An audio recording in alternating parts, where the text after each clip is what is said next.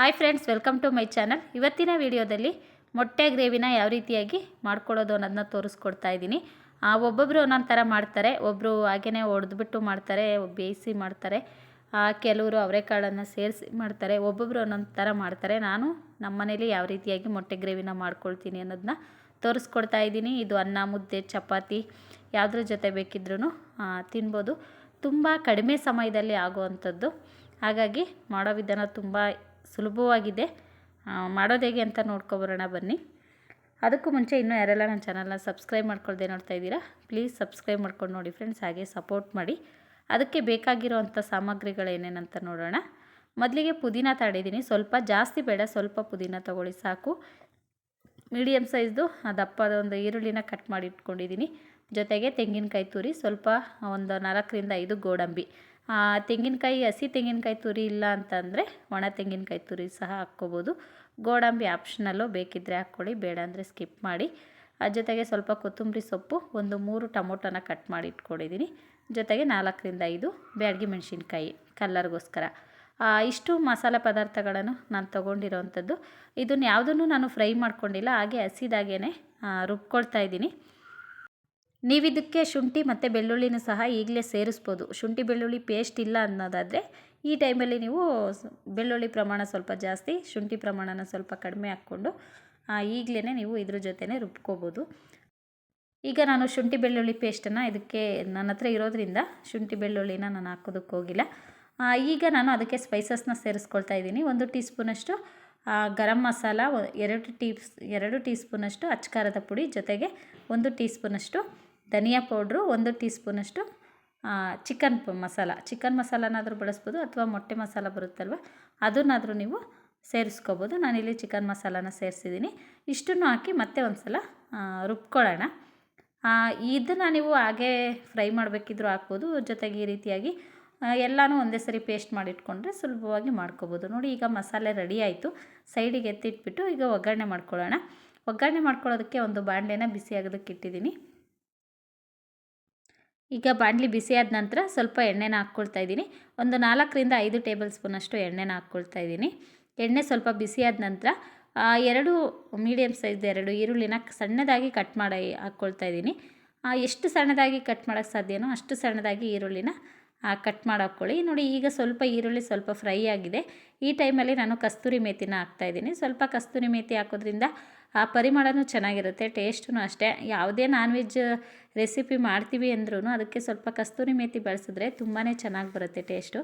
ಹಾಗಾಗಿ ಸ್ವಲ್ಪ ಕಸ್ತೂರಿ ಮೇಥಿನೂ ಹಾಕ್ಬಿಟ್ಟು ಫ್ರೈ ಮಾಡಿಕೊಂಡು ಈ ಟೈಮಲ್ಲಿ 1 ಟೀ ಸ್ಪೂನಷ್ಟು ಶುಂಠಿ ಬೆಳ್ಳುಳ್ಳಿ ಪೇಸ್ಟನ್ನು ಬಳಸ್ತಾ ಇದ್ದೀನಿ. ಹೇಳಿದ್ನಲ್ವ, ಪೇಸ್ಟ್ ಆದರೆ ಈ ಟೈಮಲ್ಲಿ ಬಳಸಿ, ಪೇಸ್ಟ್ ಇಲ್ಲ ಅನ್ನೋದಾದರೆ ರುಬ್ಬೋ ಟೈಮಲ್ಲೇ ಬೆಳ್ಳುಳ್ಳಿ ಮತ್ತು ಶುಂಠಿನ ಹಾಕ್ಕೋಬೋದು ಅಂತ. ಈಗ ಶುಂಠಿ ಬೆಳ್ಳುಳ್ಳಿ ಪೇಸ್ಟ್ ಹಾಕಿ ಅದ್ರದ್ದು ಹಸಿ ಸ್ಮೆಲ್ಲೆಲ್ಲ ಹೋದ ನಂತರ, ಚೆನ್ನಾಗಿ ಫ್ರೈ ಆದ ನಂತರ ರುಬ್ಕೊಂಡಿರೋಂಥ ಮಸಾಲೆನೇ ಹಾಕ್ಬಿಟ್ಟು ಫ್ರೈ ಮಾಡ್ಕೊಳ್ತಾ ಇದ್ದೀನಿ. ರುಬ್ಬಿರೋ ಮಸಾಲೆನ ಹಾಕಿ ಅದಕ್ಕೆ ಸ್ವಲ್ಪ ಜಾರಿಗೆ ನೀರನ್ನು ಸೇರಿಸ್ಬಿಟ್ಟು ಹಾಕ್ಕೊಳ್ತಾ ಇದ್ದೀನಿ.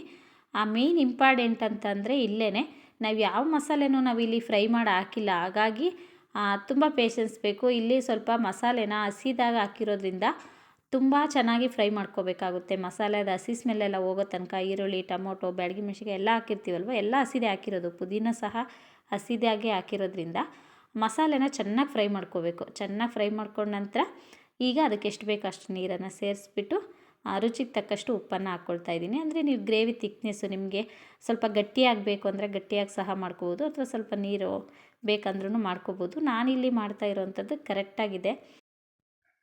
ಈಗ ನೋಡಿ, ಮುಚ್ಚಳನ ಮುಚ್ಚಿ ಸಾಂಬಾರು ಕುದಿಯೋಷ್ಟರಲ್ಲಿ ಮೊಟ್ಟೆನ ನಾನು ಮುಂಚಿತವಾಗ್ಲೇ ಬೇಯಿಸಿಟ್ಕೊಂಡಿದ್ದೆ. ಅಂದರೆ ಉಪ್ಪು ಹಾಕ್ಬಿಟ್ಟು ಬೇಯಿಸಿದ್ದೀನಿ, ಹಾಗಾಗಿ ಸ್ವಲ್ಪ ಕಲರ್ ಡಿಮ್ ಇದೆ.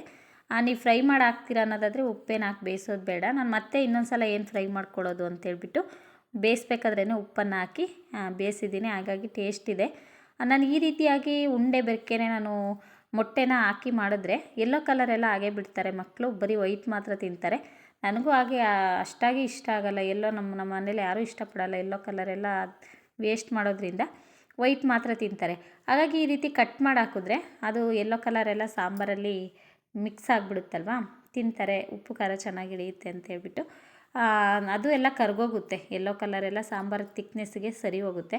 ಹಾಗಾಗಿ ನಾನು ಈ ರೀತಿಯಾಗಿ ಕಟ್ ಮಾಡ್ತಾಯಿದ್ದೀನಿ. ಚಾಕುದಲ್ಲಿ ಕಟ್ ಮಾಡೋದಕ್ಕಿಂತ ಈ ರೀತಿ ಬಟ್ಟೆ ಹೊಲಿಯೋ ದಾರ ಇರುತ್ತಲ್ವ, ಅಥವಾ ಹೂವು ಕಟ್ಟೋ ದಾರ, ಯಾವುದಾದ್ರೂ ಒಂದು ದಾರನ ತಗೋಬಿಟ್ಟು ಈ ರೀತಿಯಾಗಿ ಕಟ್ ಮಾಡಿದ್ರೆ ತುಂಬ ನೀಟಾಗಿ ಕಟ್ ಆಗುತ್ತೆ ಮೊಟ್ಟೆ. ನಮ್ಮಮ್ಮ ಇದೇ ಥರ ಮಾಡ್ತಾಯಿದ್ರು, ನಾನು ಅದೇ ರೀತಿ ಕಟ್ ಮಾಡ್ತೀನಿ. ನೋಡಿ, ನಿಮ್ಗೆ ಯಾವ ಶೇಪಲ್ಲಿ ಬೇಕೋ ಆ ಸಣ್ಣದಾಗಿ ಬೇಕೋ ದೊಡ್ಡದಾಗಿ ಬೇಕೋ, ನಿಮ್ಗೆ ಯಾವ ರೀತಿಯಾಗಿ ಬೇಕೋ ಆ ರೀತಿಯಾಗಿ ಕಟ್ ಮಾಡ್ಕೋಬೋದು. ನೋಡಿ, ನಾನೆಲ್ಲನೂ ಈ ರೀತಿಯಾಗಿ ಕಟ್ ಮಾಡ್ಕೊಂಡಿದ್ದಾಯಿತು. ಈಗ ನಾನು ಸಾಂಬಾರು ಚೆನ್ನಾಗಿ ಕುದ್ದಿದೆ ನೋಡಿ, ಎಲ್ಲ ಟೇಸ್ಟ್ ಚೆನ್ನಾಗಿ ಬಂದಿದೆ. ಹಸಿ ಸ್ಮೆಲ್ಲೆಲ್ಲ ಹೋಗಿ ಸಾಂಬಾರು ಚೆನ್ನಾಗಾಗಿದೆ. ಈ ಟೈಮಲ್ಲಿ ನಾನು ಮೊಟ್ಟೆನ ಒಂದು ಸಲ ಉಪ್ಪು ಖಾರ ಚೆಕ್ ಮಾಡಿಬಿಟ್ಟು ಮೊಟ್ಟೆನ ಹಾಕ್ತಾಯಿದ್ದೀನಿ. ಪೂರ್ತಿಯಾಗಿ ಮೊಟ್ಟೆನ ಹಾಕ್ಕೊಂಡು ಮತ್ತೆ ಮುಚ್ಚಳನ ಮುಚ್ಚಿಬಿಟ್ಟು ಒಂದು ಸಲ ಚೆನ್ನಾಗಿ ಮಿಕ್ಸ್ ಕೊಟ್ಟು, ಈಗ ಕಟ್ ಮಾಡಿ ಹಾಕಿರ್ತೀವಲ್ಲ ಎಲ್ಲೋ ಕಲರು, ಅದೆಲ್ಲನೂ ಚೆನ್ನಾಗಿ ಸಾಂಬಾರಲ್ಲಿ ಕುದ್ದ ನಂತರ ಎಲ್ಲ ಬಿಡುತ್ತಲ್ವ, ಗ್ರೇವಿ ಇನ್ನಷ್ಟು ತಿಕ್ನೆಸ್ಸಾಗಿ ಬರುತ್ತೆ. ಹಾಗಾಗಿ ಚೆನ್ನಾಗಿರುತ್ತೆ. ಅಂದರೆ ಪರೋಟ, ರೋಟಿ, ಚಪಾತಿ ಅದ್ರ ಜೊತೆ ಎಲ್ಲ ತಿನ್ನೋದಕ್ಕೆ ಚೆನ್ನಾಗಿರುತ್ತೆ. ಈಗ ಮುಚ್ಚಳನ ಮುಚ್ಚಿ ಮತ್ತೆ ಒಂದು 4-5 ನಿಮಿಷ ಕುದಿಸಿದ್ರೆ ಸಾಂಬಾರು ರೆಡಿಯಾಗುತ್ತೆ. ನೋಡ್ತಾ ಇದ್ದೀರಲ್ವ ಎಷ್ಟು ಚೆನ್ನಾಗಾಗಿದೆ ಸಾಂಬಾರಂತ. ತುಂಬ ಚೆನ್ನಾಗಿ ಬರುತ್ತೆ. ಒಂದು ಸಲ ಟ್ರೈ ಮಾಡಿ ನೋಡಿ. ಖಂಡಿತವಾಗ್ಲೂ ನಿಮಗೆ ಈ ರೆಸಿಪಿ ಇಷ್ಟ ಆಗುತ್ತೆ ಅಂದ್ಕೊಂಡಿದ್ದೀನಿ. ಇವತ್ತಿನ ಈ ವಿಡಿಯೋ ನಿಮಗೆ ಇಷ್ಟ ಆಗಿದ್ದರೆ ಪ್ಲೀಸ್ ಲೈಕ್ ಮಾಡಿ, ಕಮೆಂಟ್ ಮಾಡಿ, ಹಾಗೆ ಶೇರ್ ಮಾಡಿ ಫ್ರೆಂಡ್ಸ್.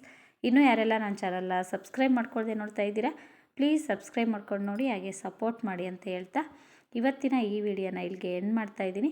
ಮತ್ತೆ ಸಿಗ್ತೀನಿ ನೆಕ್ಸ್ಟ್ ವಿಡಿಯೋದಲ್ಲಿ. ಅಲ್ಲಿ ತನಕ ವಿಡಿಯೋ ನೋಡಿದ ನಿಮ್ಮೆಲ್ಲರಿಗೂ ಧನ್ಯವಾದಗಳು.